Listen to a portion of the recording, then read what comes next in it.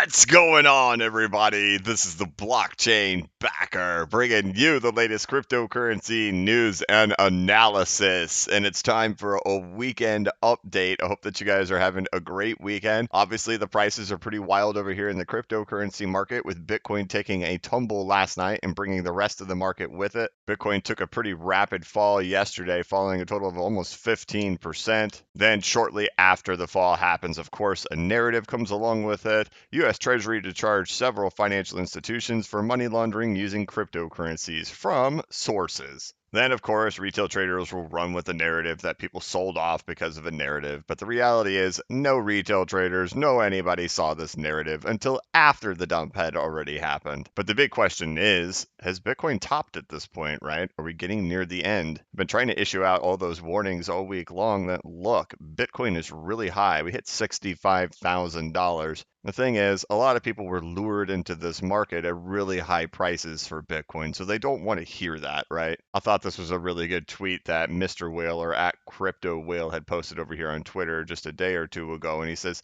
"The riskiest time to invest in the market is during the late stages of a bubble. Unfortunately, that's the point where most people do end up buying. They see everyone around them making unrealized profits and don't want to miss out on the fun." And we've got that same kind of thing going on with Bitcoin, right? You got the laser eyes movement, you got the diamond hands, you got all these people buying into Bitcoin way up in here. You got huge financial media coverage once it finally broke up there, and Elon Musk and all that stuff, right? But in the end, since the diamond hands and since laser eyes began, the price has not moved at all. If anything, the price is down a little bit since laser eyes even started. And then, of course, Coinbase IPOing right up here into that all that hype, right? So we're getting up into these price regions. We're getting Coinbase IPOing, you're getting the financial media, you're getting hedge funds, you're getting investors, you're getting everything. People are saying, how could this really be the top? This is like where excitement's coming in, right? This just means we're getting ready to absolutely explode. And the reality is, when you're in the deep depths of despair of a bear market, you have to look forward to those types of events happening. You say, look, I think things are going to get exciting, where we're going to have those types of events come along. But right now, when you look at it, you say to yourself, what type of events does Bitcoin even have left in it anymore, right?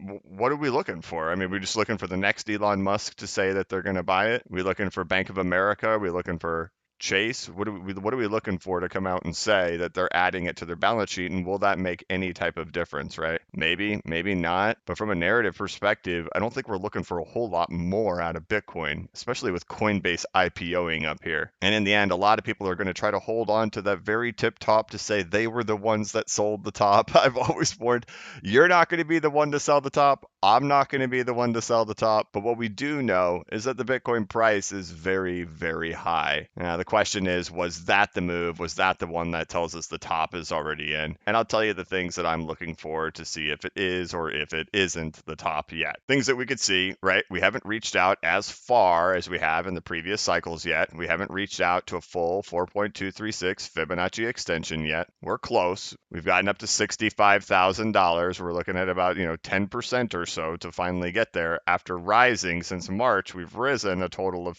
over 1,500%. So we're looking for just 10% more, and we've already risen 1,500. It's going to be a lot of people who are just chasing those last few percentage points. But we haven't quite made it up there. The structure's looking a little bit iffy, right? People are looking for a blow off top, something that looks like that, straight line up followed by straight line down. And really, for me, it's going to be quite simple to tell me whether or not I believe that the top is actually in, and it's going to be if we actually fall down much further from here. So that's kind of the thing I'm looking for. Is this price level in here going to be holding for now? If so, let me take everything off the screen. There we go. Is this price level in here going to hold? If it does hold, then we've seen these types of structures before, and I know this looks weird, but here you go. You have your break over your top, and you kind of have these four waves. I guess you could call it 7 waves. But anyway, here we go. So there you go. You now have 3 kind of peaks on top with 6 waves, and then we're looking for our final 7th one, and the 7th one will have 7 within it as well. And I know that looks crazy. And then you have your final finishing move that goes just like this. And if you want to see that on a smaller time frame, we actually have that going on right in here. So let me put it on the 2-hour chart, and you can see we're looking for something like this going on in here in a bigger perspective. So you can kind of see it more like this. And then it collapses on itself. But we have, 1, 2, 3, 4, 5, 6, and then you go on to complete 7, which is what you have in here. 1, 2, 3, 4, 5, 6, and then you go on to do your final 7 once again. Now, if you remember, this is that time period where I was selling out of my Bitcoin and rotating it into the altcoin. So between $45,000 and $58,000, I was rotating, right? I didn't wait till $58,000. I started getting out early and moving my way out of there. There's a lot of people who are going to bet everything they have on getting it nailed to the pin of how do I go all in, all out at the exact points.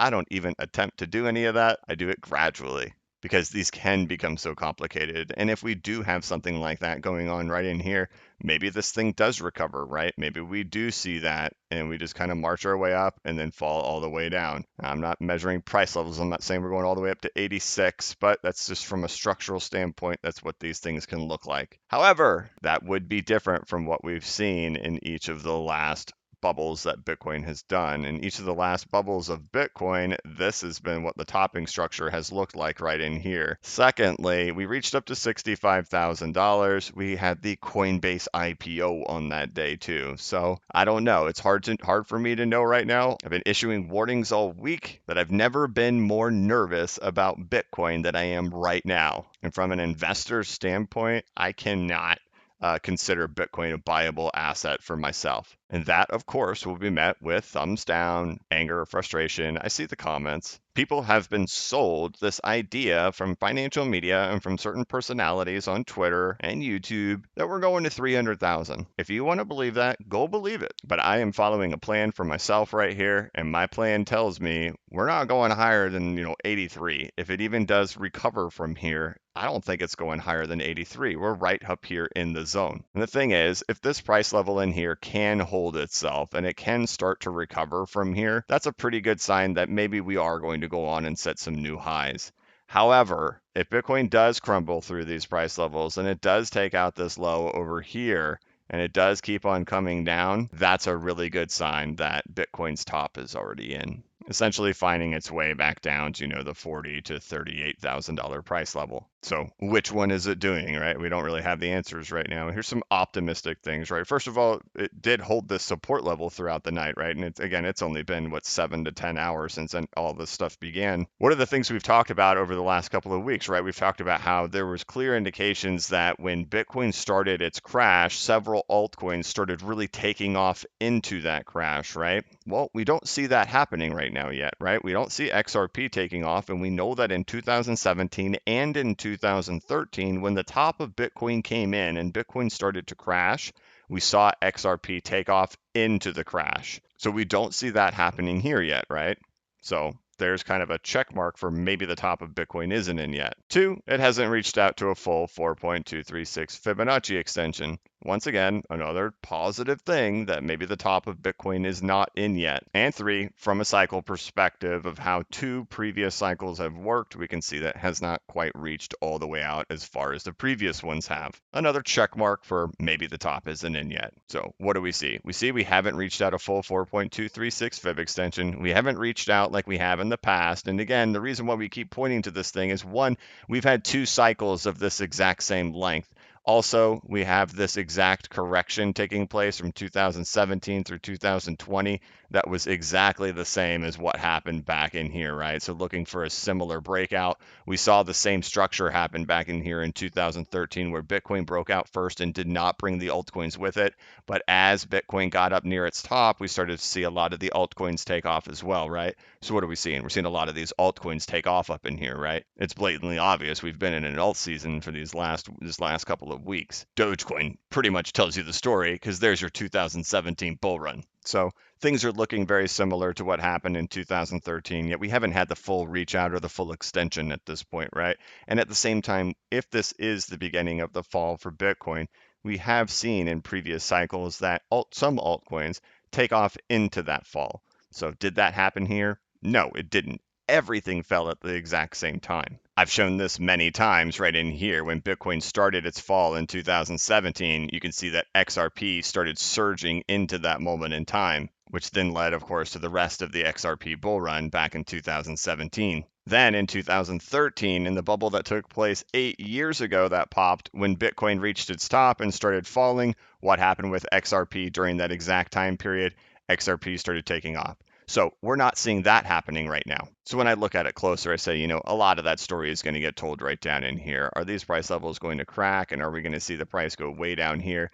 If the price comes way down in here to 38,000 or so, I'm going to have to really start making some tough decisions to say that, you know what, I'm going to be looking for the retracement to come in on Bitcoin. I'm going to be looking for the altcoins to continue skyrocketing while Bitcoin's going into that retrace. But right now, I don't have that answer to know if that's what we're doing at this exact moment. We would have to break down much lower for me to say, I think we're in that moment. It's time for me to rock and roll. So long as these price levels hold right in here, there's still a shot to just recover and then have a full reach out to the extension, and then as well matching on over here to what we've seen in previous cycles as well. But regardless, I'm still going to stick to what I think, right? I still think the top of Bitcoin is coming in very soon, and that's met with a lot of criticism and a lot of name calling and fire FUD starter. The reality is, I've been saying that I think the opportunity in Bitcoin is over for several months now, and that should be blatantly obvious by the fact that I sold 65% of my Bitcoin, and my exit plan was completed for Bitcoin in February. And I've consistently said I think the opportunity is over here in the altcoin market. So let's talk about what's going on over here in the altcoin market, because I'm still bullish and optimistic for the altcoin market. Bitcoin, personally, I wouldn't touch it with a 10-foot pole. But as for the altcoin market, I see it as a different animal. And that's because I've looked at so many charts and studied all of the cycles that cryptocurrency has had. And that even if Bitcoin's top isn't in, or even if it is in, we've consistently seen in the previous cycles that the altcoins continue to surge even after Bitcoin has topped. Now, not all of them do,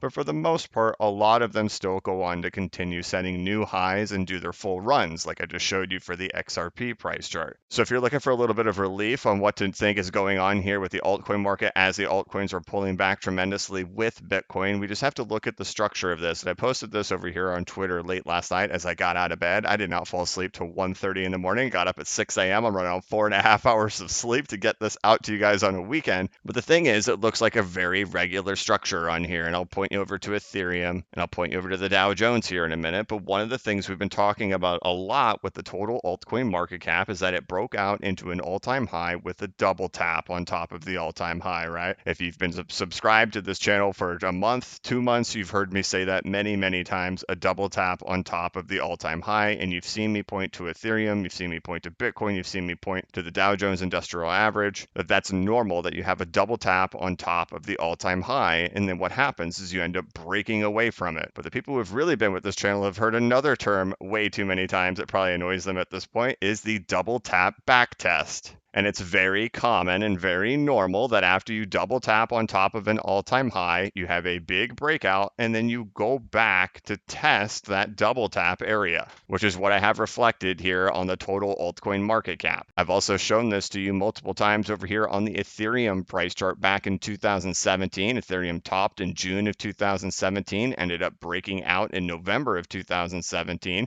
with a double tap breakout all the way up to the 2.618 fib level, and then a back test into the double tap. Here's the total altcoin market cap, breaking out in a new all-time high, double tap, breaking up to the 2.618, heading back down to back test the double tap. I've shown you guys how these things happened even in the 2017 bull run, that you get your double tap on top of the high, breakout, back test into the double tap, and then off you go on Bitcoin. And a lot of people are new to this channel and they weren't around during the chaos of C19 back in March and April and May of last year when all that craziness was happening, and the stock market also crashed along with cryptocurrencies and precious metals, and really everything did.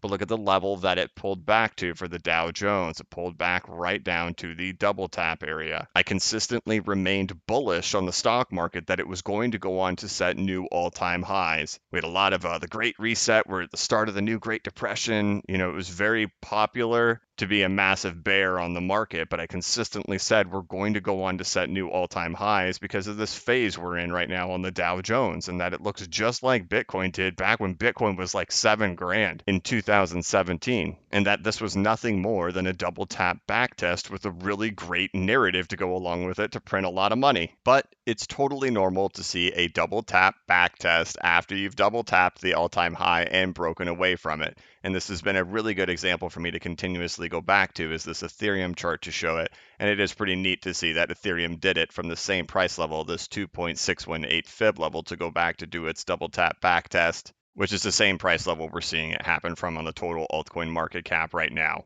So I know it's really scary. I know it's really wild when these big price swings happen. That's why I keep warning. This is the most volatile market in the world. We've been looking for that potential pullback to 80 cents for XRP, right? And that people have to keep it in the back of their mind that that is something that could happen. And it makes the most logical sense that it would. The thing is, as a community, as an investor world, a retail world, we get sucked into narratives of excitement and euphoria and then create these things in the back of our mind that say, you know what?